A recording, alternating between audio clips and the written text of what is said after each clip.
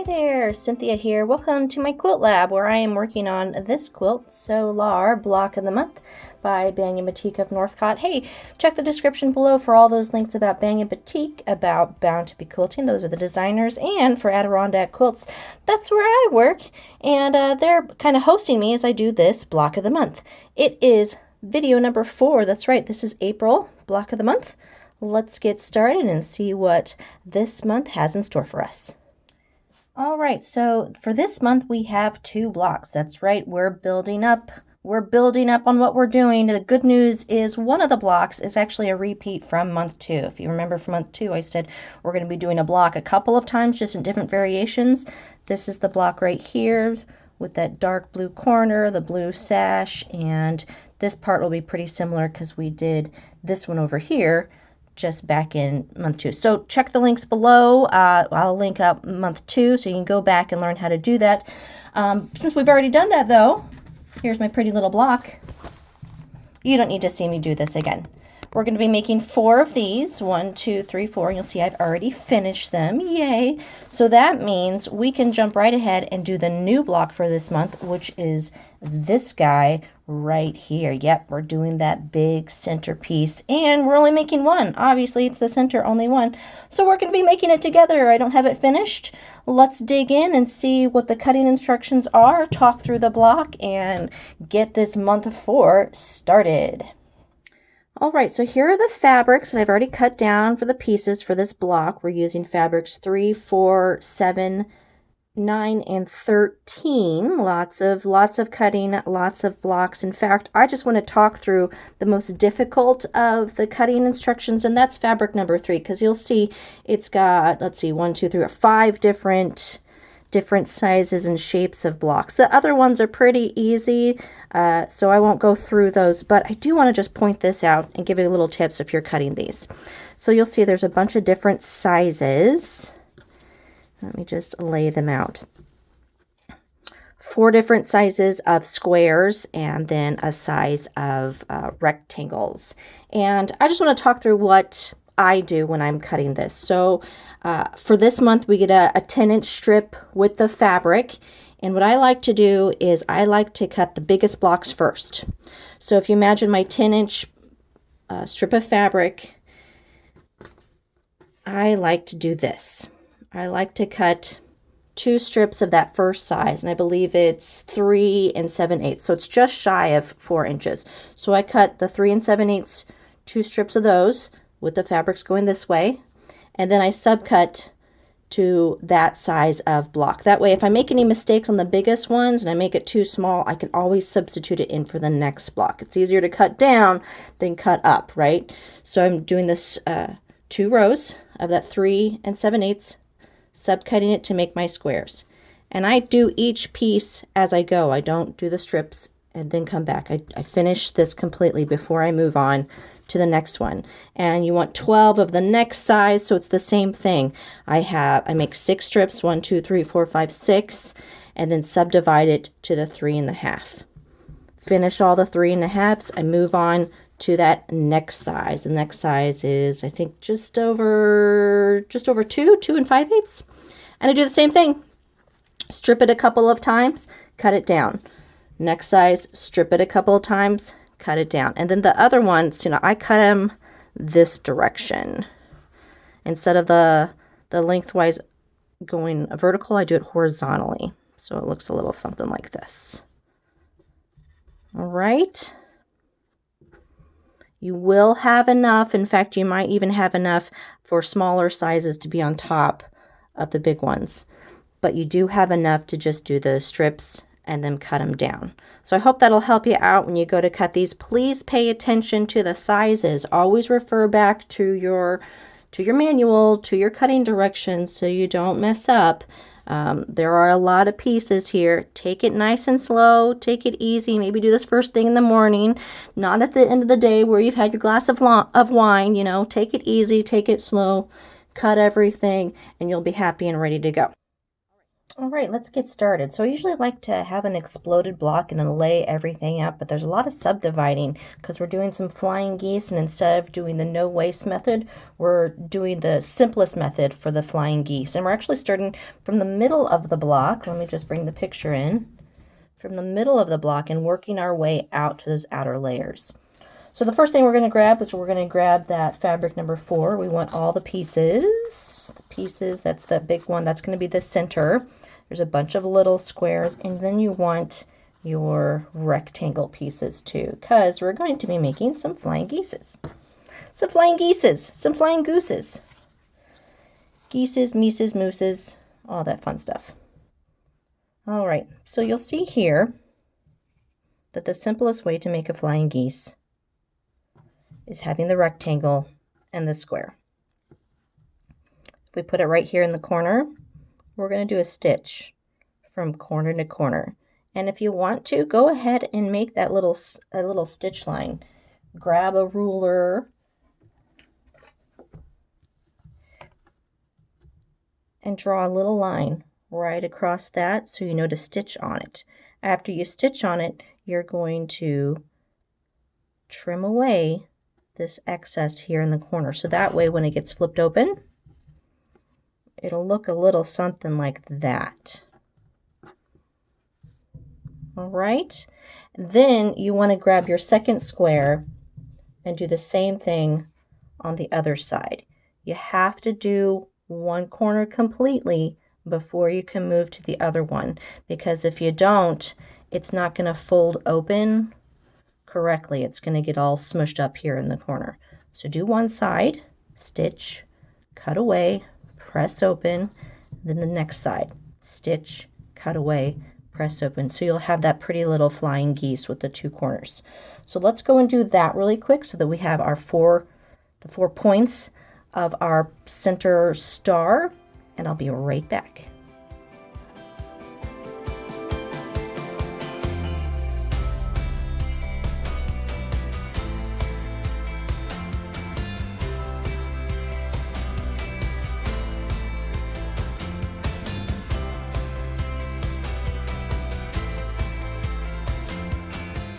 Okay, so there's the center block with our 4 flying geese. So position them just like this.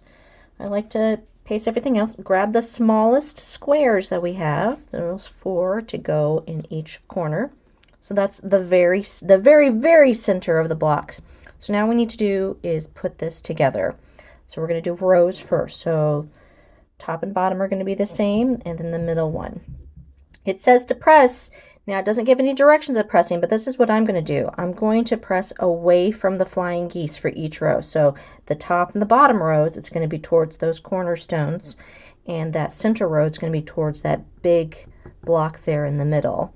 And that's just because it's going to be less bulky if I go towards the ones that don't have any piecing. And that way, when we go to put all of the rows together, it's going to nest really nicely in those 4 little corners. And that's our next step. Oh, it's so cute. It's so pretty. All right, so I'll take some pictures as I go. You do the same, and then we'll have a very finished center of this block, and we'll be able to move our way outward. So let's get stitching.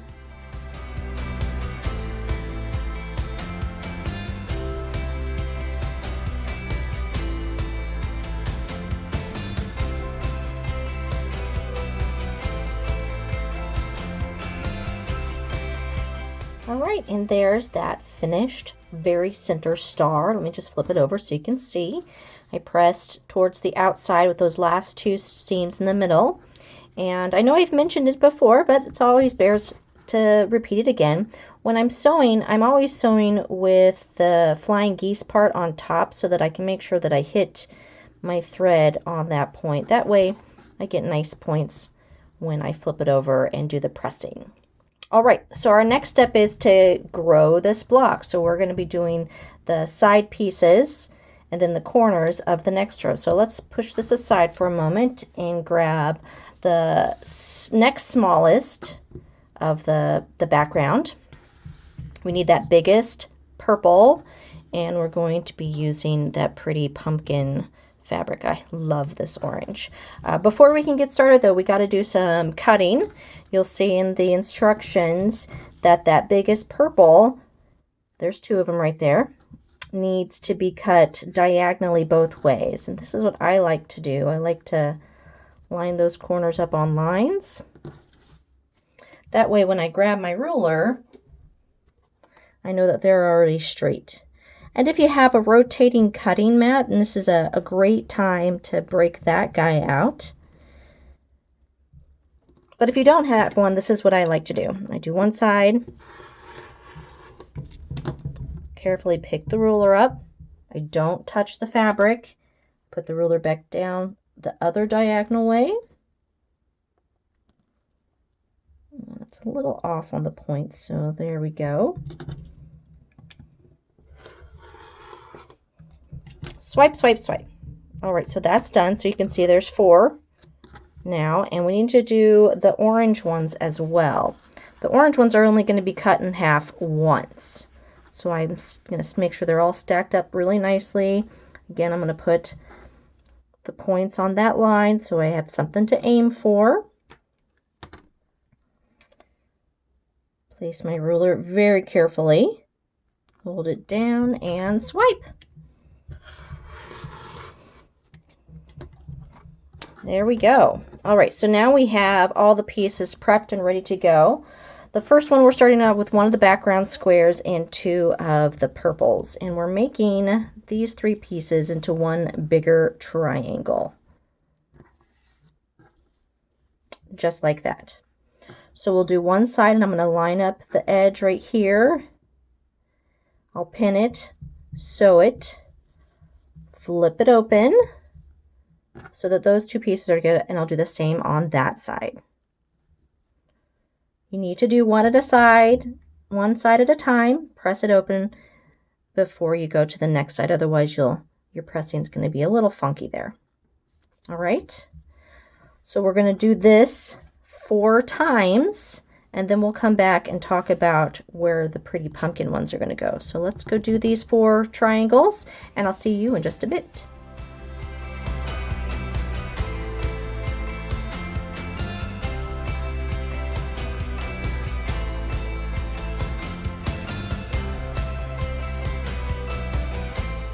All right, there's that finished triangle. I did give a little swipe and got rid of all the dog tails. I just kind of like to do that to have a nice clean palette, I guess.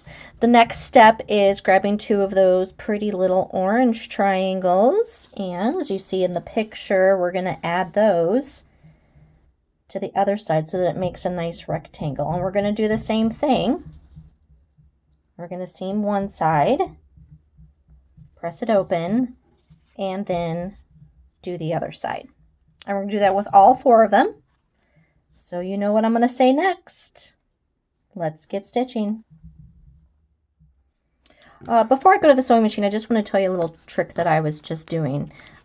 We know that this is the middle right here. That seam is the middle of this triangle. So what I did is I folded this triangle in half to find the middle part of it.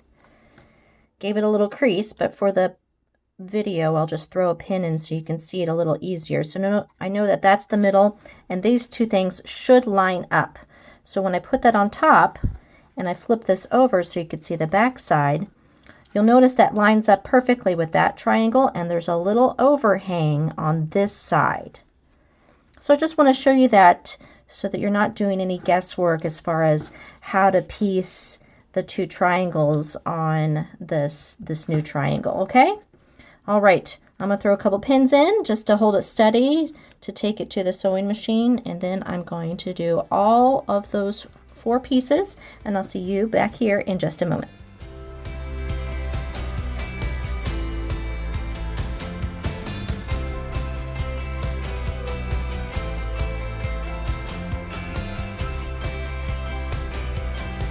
All right, so there's that finished unit right there. You can see I've trimmed off all the dog ears. It should measure 3.5 by 6.5.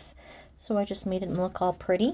So before we attach it to that center square, we're going to actually make some more units that are going to attach to these first. So set these aside, and let's grab those big purple rectangles. There should be 4 of them, 1, 2, 3, 4, and you're going to want 8 of the 3.5 backgrounds. So we're going to make us some flying geese units, just like before on with the tiny little star. Remember, just has to review. Put it on one side. You can draw that diagonal from corner to corner. Stitch the diagonal, trim away, and then press that up and open, and then do the other side the same way.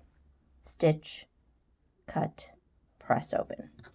And don't forget, 1 square at a time. Make sure that one's complete before you do the other side. We're going to do that 4 times, a very simple flying geese for us. And I'll see you in just a minute with 4 flying geese. Let's get stitching.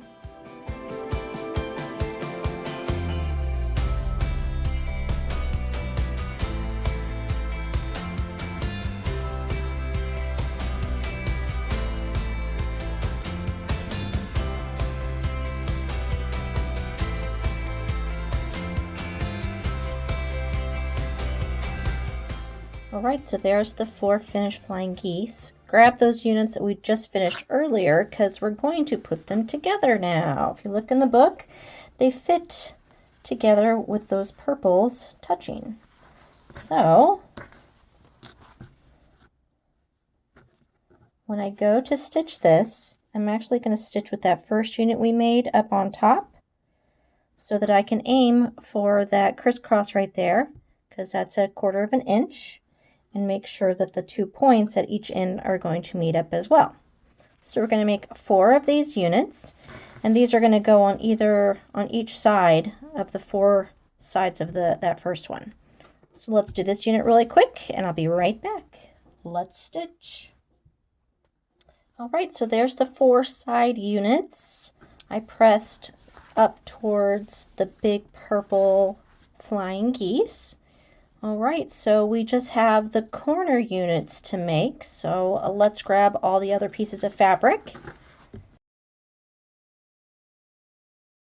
All right, so you'll see we have 2 different sizes of background, and then the purple, and that fabric number 13. Isn't that pretty? I love this one. You'll also notice that these 2 are the same size, and these 2 are the same size. Well, that's because we're going to be pairing these 2 together. So set aside the smaller background and the purple, and let's talk about these. Because we're going to be making some flying geese. That's right. Flying geese. So much fun. They're going to be paired together.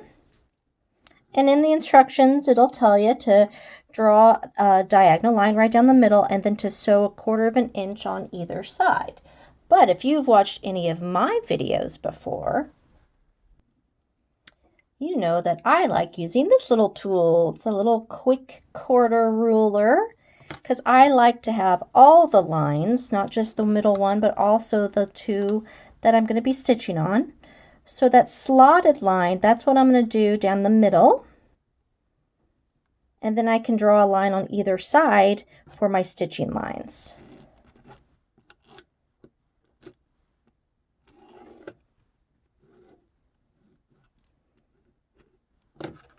There we go. So I'll take this to the machine. I'm going to sew on either of those lines, and I might just sew a scan. So that means just like a thread or 2 to the inside of them, just to make sure I get a nice pretty square at the end. Remember, bigger is better. You can always square down. Then I'm going to bring it back, slice down to the middle, and then I'm going to press them so we have a 1/2 square triangle. We're going to do that with the 4 of them. 1, 2, 3, 4. So that we'll have 8 1/2 square triangles. So let's go do this, and I'll be right back.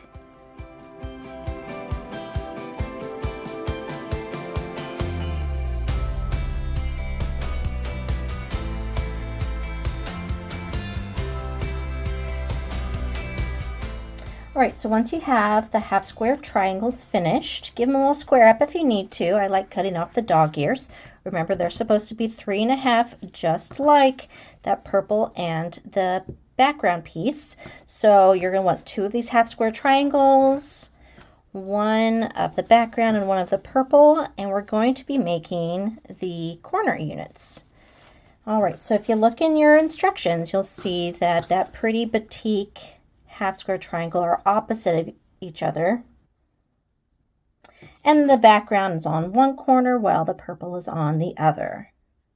All right, so these are going to be the corner units. The first thing you're going to do is you're going to place them together into rows. I'm going to be pressing towards the solid corner units. That way it'll nest up here in the center when we do that center seam. All right, pretty easy, right? So just do this 4 times and then we'll have the final component ready and we'll gather everything together and talk about the last layout for this block. Let's get stitching.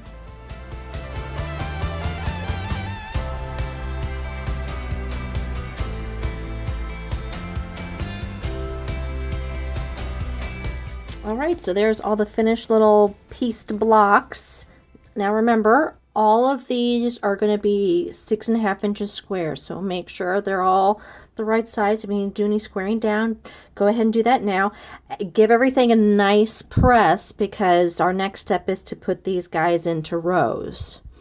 So the top and the bottom row are basically the same, and the middle row has that pretty star in the middle.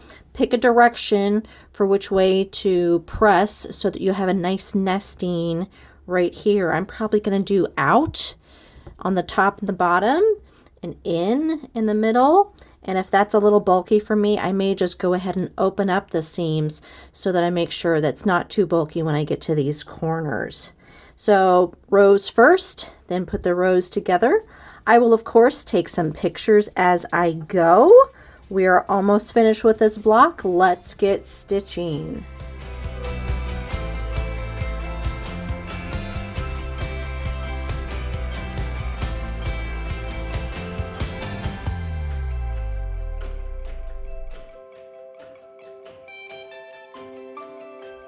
All right, there it is. So pretty. Give it a nice press because we still have several months to go and we don't want it to get all crumpled before the end of the year. But hey, great job, guys. Block number 4. There's the back, and don't forget, you have 4 of these guys to do as well for this month. Check out video number 2 to see more instructions. I hope you enjoyed this video. If you did, please give me the big old thumbs up. Hit subscribe so that you can get the rest of the videos throughout this exciting adventure we called Solare. And I will see you next month. Have a good one and keep quilting. Bye-bye.